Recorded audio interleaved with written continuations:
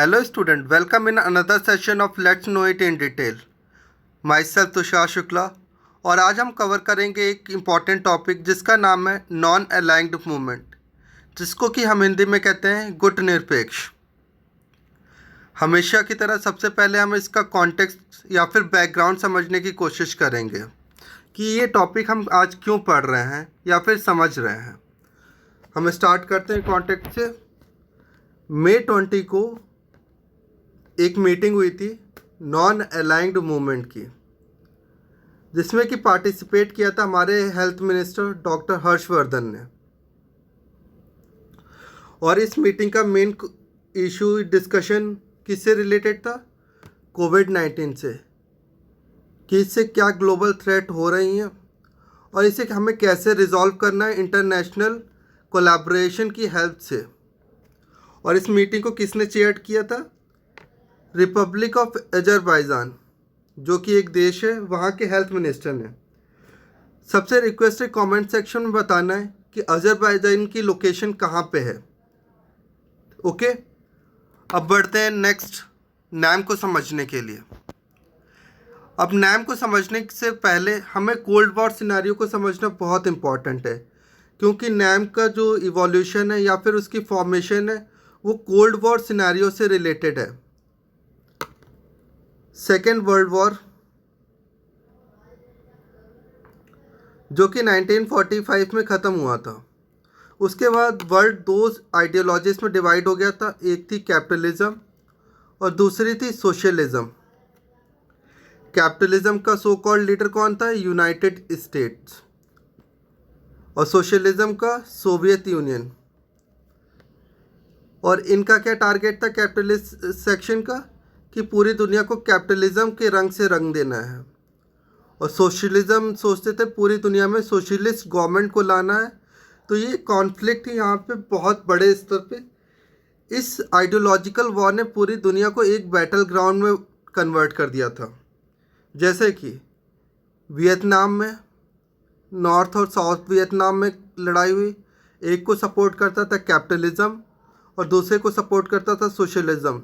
Similarly Korea में north Korea और south Korea के बीच में लड़ाई हुई, एक को सपोर्ट करता था कैपिटलिस्ट सेक्शन, दूसरे को सोशलिस्ट सेक्शन। और इस पूरे खेल में इनकी जो खुफिया एजेंसी थी, जैसे यूएसए की CIA और यूनाइटेड नेशन की KGB, इन दोनों का रोल बहुत इम्पोर्टेंट था।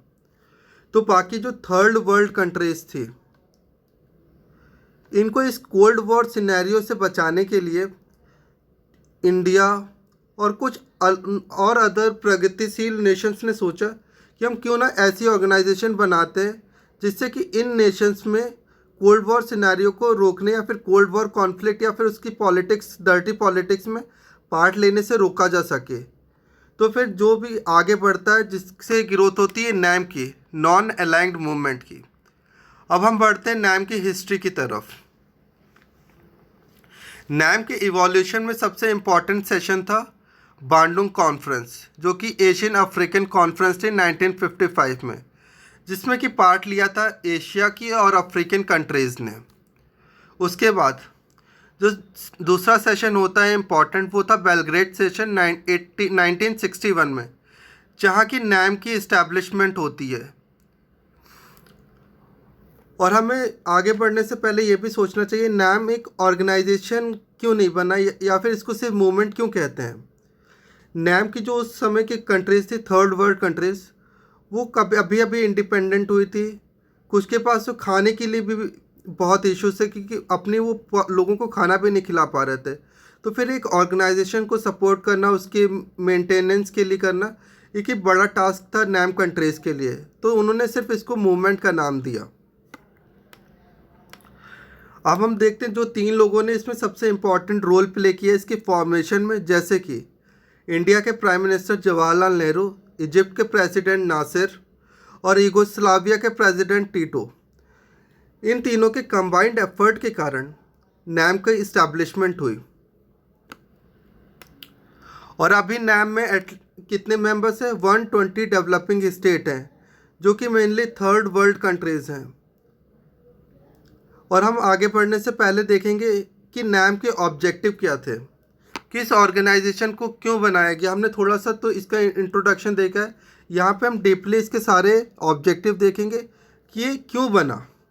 तो सबसे पहला इंपॉर्टेंट है सेल्फ डिटर्मिनेशन ऑफ नेशंस, कि हर नेशन को राइट हो कि वो अपने बारे में अपना फ्यूचर और हर चीज़ डिसाइड करे, उसकी इंडिपेंडेंस, सॉवर्निटी और टेरिटोरियल इंटीग्रिटी। और नैम जिन प्रिंसिपल को सपोर्ट करता है, जैसे कि अपार्थाइड, रंग भेद के बिल्कुल विरोध करता था, मल्टीलैटरल मिलिट्री पैक्ट्स को के खिलाफ था ये, और ये कंट्रीज़ को नॉन अलाइंग रखने चाहता था, और साथ में उनको जो इंटरनेशनल ब्लॉक इन्फ्लुएंस या फिर राइवलरी से उससे बचाना चाहता था। और ये इम्पेरियलिज्म और कॉलोनिज्म का बिल्कुल एकदम विरोध था। इसने नैम ने बहुत इंपॉर्टेंट रोल प्ले किया कि जिन कंट्रीज़ में उस टाइम पे इम्पेरियलिस्ट पावर का कब्जा था, वहाँ से उनको इंडिपेंडेंस दिलाने में बहुत मेजर रोल प्ले किया।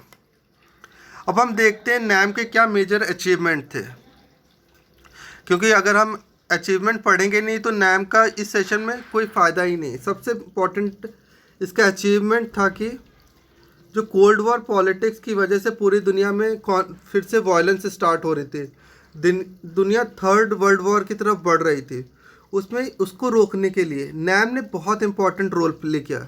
इसने ग्लोबल पीस फिर से इस्टेब्लिश करी, जो कि ब्लॉक्स लड़ाई कर रहे थे, जो कि यूएसए एक तरफ और सोवियत यूनियन एक तरफ था, उनको रोका इन्होंने। ठीक है, कि बाकी जो इमर्जिंग नेशन थे उनको इस कॉन्फ्लिक्ट से बचाया जा सके।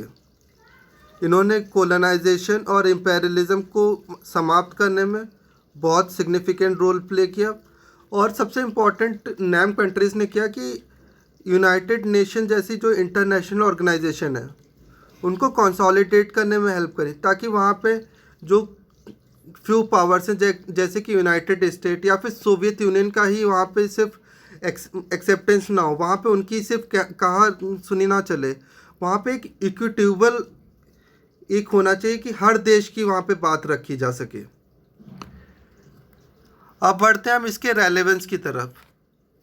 काफ़ी एक्सपर्ट कहते हैं कि अब नैम का रेलेवेंस नहीं है, क्योंकि इंडिया भी यूनाइटेड स्टेट या फिर काफ़ी टाइम सोवियत यूनियन के बहुत करीब जाके पैक्ट साइन करें, पर ऐसा नहीं है। और वहाँ पे जो दूसरा स्कूल ऑफ थॉट कहता है कि अभी भी बहुत ज़्यादा रेलेवेंट है और आने वाले समय में इसकी रेलेवेंसी और भी बढ़ेगी। तो हम देखते हैं ये रेलेवेंट क्यों है। सबसे पहले सारे नेशन को इंडिपेंडेंस रखने के लिए, उनकी इंडिपेंडेंस को प्रिजर्व करने के लिए सबसे इम्पॉर्टेंट रोल प्ले करता है नैम, कि भी कोई भी कंट्री पे किसी दूसरी कंट्री का हकदार नहीं होना चाहिए, उन्हें अपने डिसीजंस खुद लेने चाहिए। ये प्रमोट करता है इक्विटेबल वर्ल्ड ऑर्डर, कि यहाँ पे वर्ल्ड में सिर्फ मल्टीपोलर वर्ल्ड होना चाहिए, हर देश को एक इम्पोर्टेंस मिलनी चाहिए, ना कि सिर्फ जैसे यूनाइटेड स्टेट दूसरे स्टेट को डिक्टेट कर सके, या फिर सोवियत जो कि अब रशिया है वो दूसरे देश को बोल सके ये करना है वो करना है, और वहाँ के डिसीजंस को मैनिपुलेट कर सके। इसलिए नैम का अभी भी बहुत ज़्यादा रेलेवेंस है। जो कॉन्सेप्ट है सस्टेनेबल डेवलपमेंट, वो एक कोर प्रिंसिपल है नैम का, कि हमें जो डेवलपमेंट करना है वो सस्टेनेबल डेवलपमेंट की थ्योरी के अंदर में रह के करना है। और ये प्रमोट करता है वर्ल्ड पीस को, सपोर्ट करता है यूनाइटेड नेशन को। और ये जो डेवलपिंग कंट्रीज़ हैं जिनके इंटरेस्ट को हमेशा इग्नोर किया जाता है डेवलप्ड नेशंस के द्वारा और इंटरनेशनल ऑर्गेनाइजेशन में, वहाँ पे ये डेवलपिंग नेशन के इंटरेस्ट को अपहोल्ड करता है और उसे प्रमोट करने की पूरी कोशिश करता है। गाइज, आज की वीडियो में सिर्फ इतना। Thank you for watching this and please like share the video and subscribe the channel and have a nice day.